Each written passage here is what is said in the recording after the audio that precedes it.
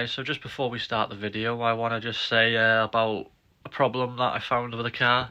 So in this video I'll obviously show you the car, how it sounds and stuff, but it's not going to its full potential in this video because when I found out when I took the battery connectors off to do the lights, it basically put my Revo software into low boost. Apparently it's a safety feature or something. I've messaged BD and they've told me that. So basically I need to get a switch. Well, I can take it there, they're going to put the settings back on, back up to high boost, but then I have to buy a switch. So I can, obviously, if it happens again, I can turn it back up with no problem. So just for this video, obviously, the bits where you see the car driving, it's just so you can hear the car. It still goes alright. I don't know what it's running in low boost, but yeah, that's just why. So we'll carry on with the video. So welcome back to the channel, guys. Today I'm going to be talking about everything that's changed on the Focus. So from the first video I did, I mentioned, well, I was told that it was running full RS turbo and stuff like that. It was meant to be 380 brake. As owning the car, I found out it didn't. It was a lie. So I got told a load of shit, basically. So I got it on the dyno and it was actually running 325 brake. So I wasn't happy with that. So literally the day after that, I booked into BD Performance for their 425 Plus package. And yeah, we'll just talk through everything I've had done. So we'll start at the engine bay. Right, so it's now got fully forged engine with Marley pistons and Bridgeway connecting rods. It's had full engine respray, as you can see from the top cover. The full engine's been resprayed. It's running stage 1 fast road Newman camshafts, full RS crossover with RS MAF and MAP, brand spanking new RS turbo, standard turbo that is. We changed to the RS ECU holder from AirTech. We upgraded the back hoses at the back there, if you can see them there. So the two black ones, I am the first one to have them from BD Performance. They did them and then they're actually on sale now if you check out their website. So I'm the first one to have them. So they got upgraded it to the AirTech coolant reservoir. It's the aluminium one with the eye in the side there. You can see so you can see a level in the side of it. We got the BD Performance air filter, BD Performance silicone hoses on each side of the air intake. I have had all the carbon fibre panels done by Rich Dippins. So if you're on the Facebook page for Focus ST225, you'll see him on there. He does really good work. I've had all of them have been done by him. What else did I have done? I'm now running, you can't see it, you might be able to see it through here. Put this right up to the grill. So behind there I'm running the AirTech oil cooler, the remote oil cooler. I upgraded that because obviously with the amount of money I've spent on the engine, I wanted it running cooler for the oil, so I've had that done. Yeah. So I had to have a fully refurbished head because my old one was leaking oil out one of the bolts because it was cross-threaded. So I've had a fully refurbished head, brand new, genuine Focus ST crankshaft, so that's brand spanking new. Same as like all my belts, tensioners, seals, all that's brand spanking new, genuine OEM stuff. All from Ford. That's all BD does. Block mod was done. It was done in my old engine, but obviously it's had fresh shims put in this one. We're now running RS plugs. So once the build was done, BD ran it in for me because I was never home, so they did all the running in, and they recommended upgrading to the RS ABS module.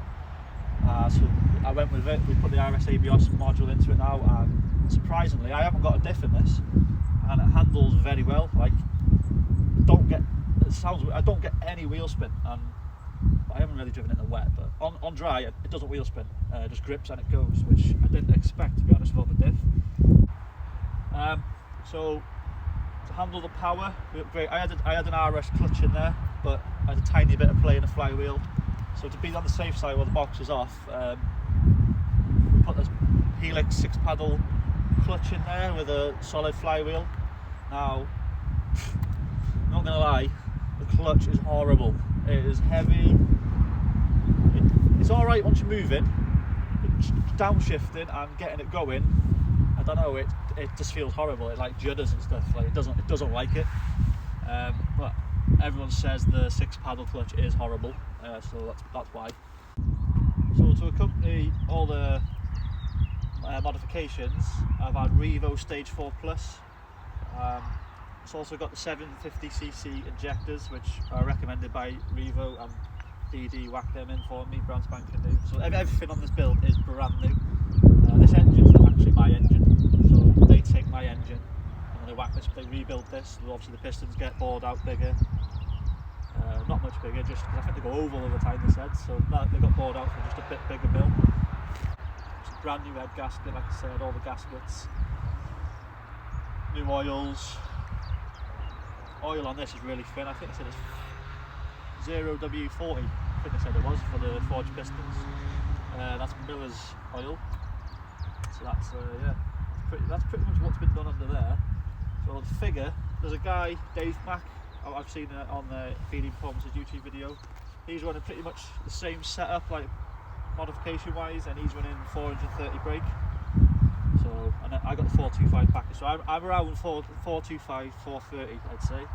I've not actually had it dynoed. That'll be something I can do in the future, but that's where we're at. So that's where we're at with the engine. I do have a cover, so if you follow me around here, I do have a cover to cover that.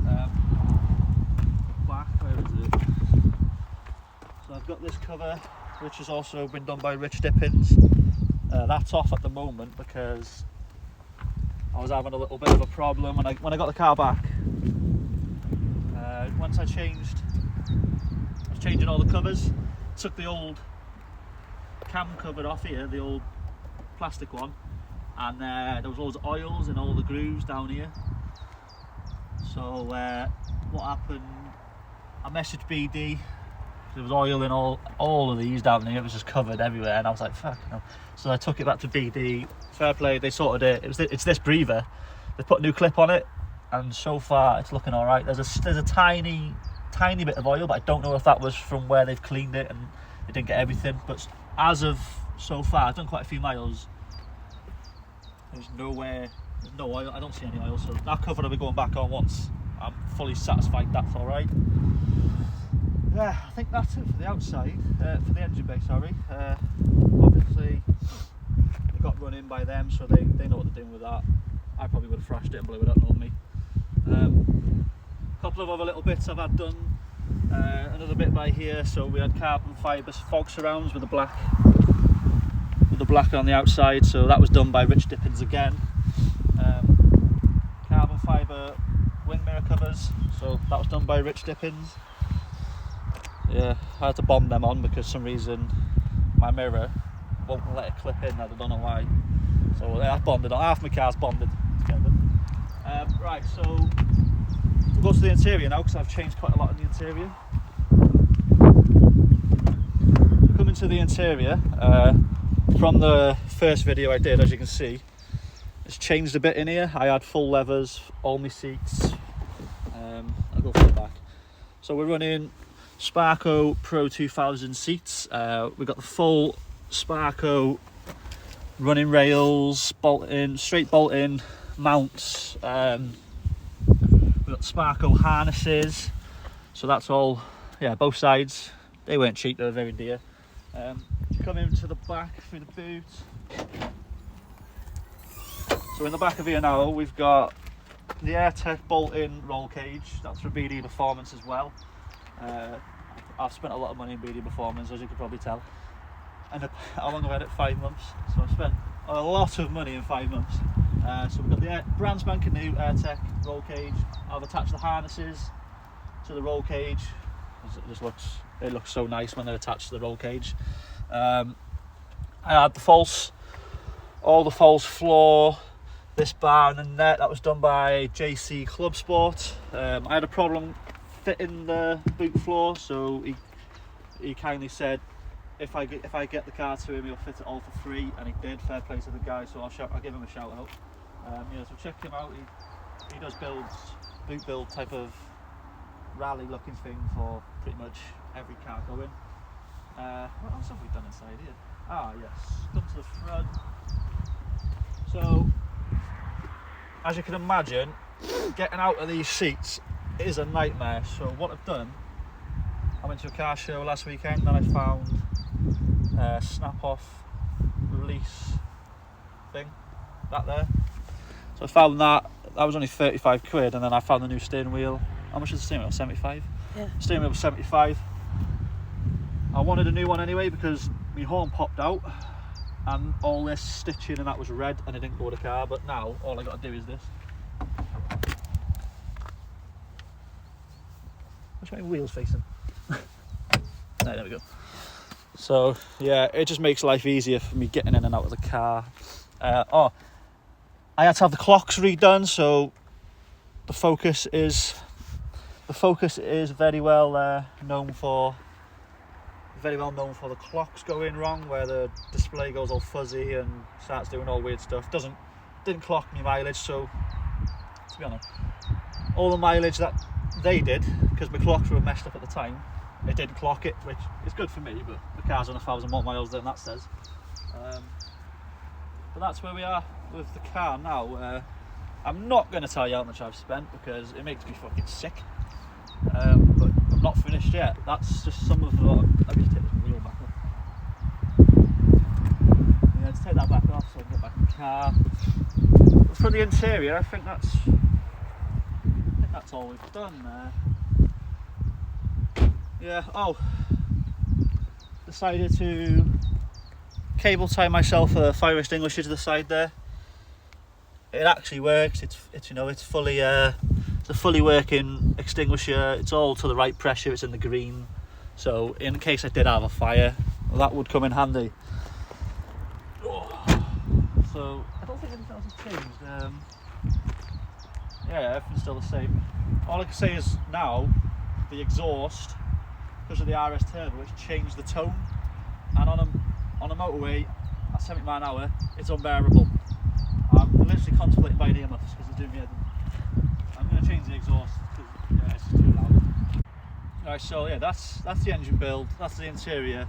I found out the other day both of my wings are rotten. On the behind here, basically, you can see the top there. You can just see it there. They're starting to come up there, so I'll be grabbing 2 new wings, which means, well, I need 2 new wings and a bonnet, so all this stickers on the front will be coming off. I'm thinking about changing the look of the car anyway. I don't know, I like it like this, to be honest, but yeah, I might just take all the front stickers off because I can't be arsed replacing all them stickers because they charge a lot for it unless I can get my mate Levi to do it, who did my VXR. I guess he will do it, so yeah, I'm going to replace bonnet, wings. I need a big brake setup. I'm thinking AP or K Sports for that. Again, not money I've spent, I haven't got any money at the minute, so they're going to be waiting. Diff, people are saying I should get a diff, but honestly, with the RS ABS module, I don't feel like I need a diff. It does not wheel spin, it doesn't pull me side to side, it actually handles so well. I'll be doing a video respraying the air tech into cooler down there. Obviously it's looking a bit tacky at the minute, so I'm going to be spraying it all black. I've got a AirTech Motorsport themselves to sent me out a template free of charge, so I'm going to be spraying the AirTech logo white. If anybody wants it when I'm done, just give me a message on here or on Instagram, H19XNS, and I'll post it to you because I didn't pay for it, so if anybody wants it after me, that's sound.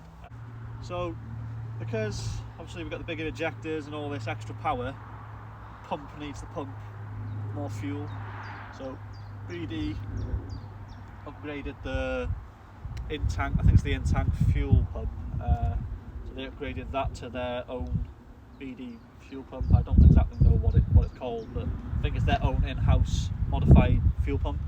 Yeah, so that's that.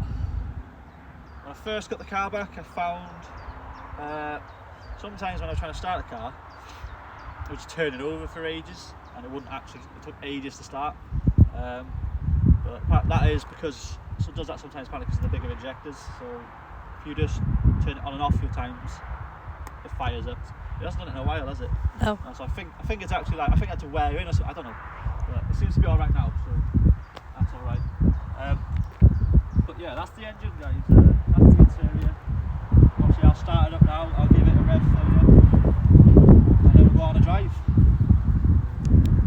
Right, so the car's running. I'm going to come close because you probably can't hear me. But when you're changing the seats, I found my airbag light came on. So I had to put little tiny resistors into the box, and airbag light's gone off. That's just a tip for if anybody gets that light.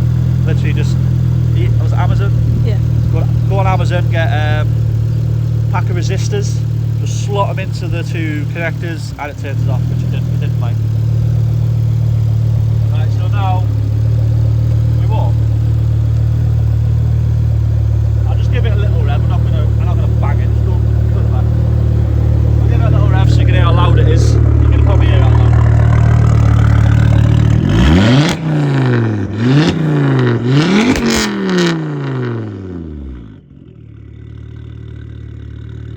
Yeah, very loud. Right. Get in the car, get strapped up, and we'll take it out for a drive so you can see how it goes. Right, so because the steering wheel's not there, as you can see, I've got plenty of room getting in and out, which really helps. Harnesses, pretty straightforward. That is it. Very comfortable. Could do with being a bit tighter, I think, because I can't move. I don't really want to be able to move because if I crash, I'm like, well, then I'll slap my fucking arms off. We do have the standard seat belts still in, so down here, the actual seat belt is mounted, so obviously if I can't be arsed putting these on, I can just whack the seat belt on. Oh, I can't reach the door. This is a problem. Oh, fucking hell.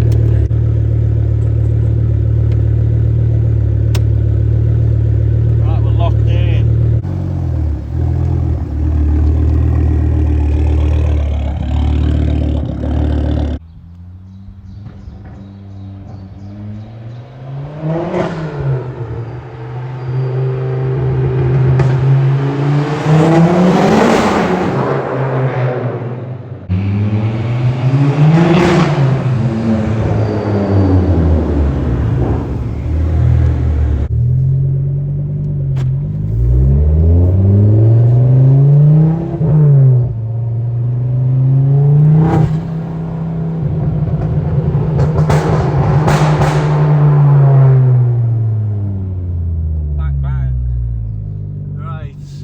So we're just going to take you on a little drive because I don't have much fuel left and I can't be bothered putting any in because I'm going to a meet tonight, so I don't know if you'll be able to hear me in here because it's very loud.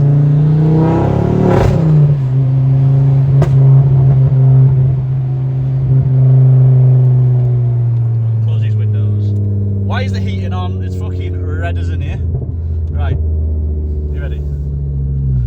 Whatever you do, don't video my speed on. We're in Mexico now anyway. We're not in Wrexham, we're in Mexico.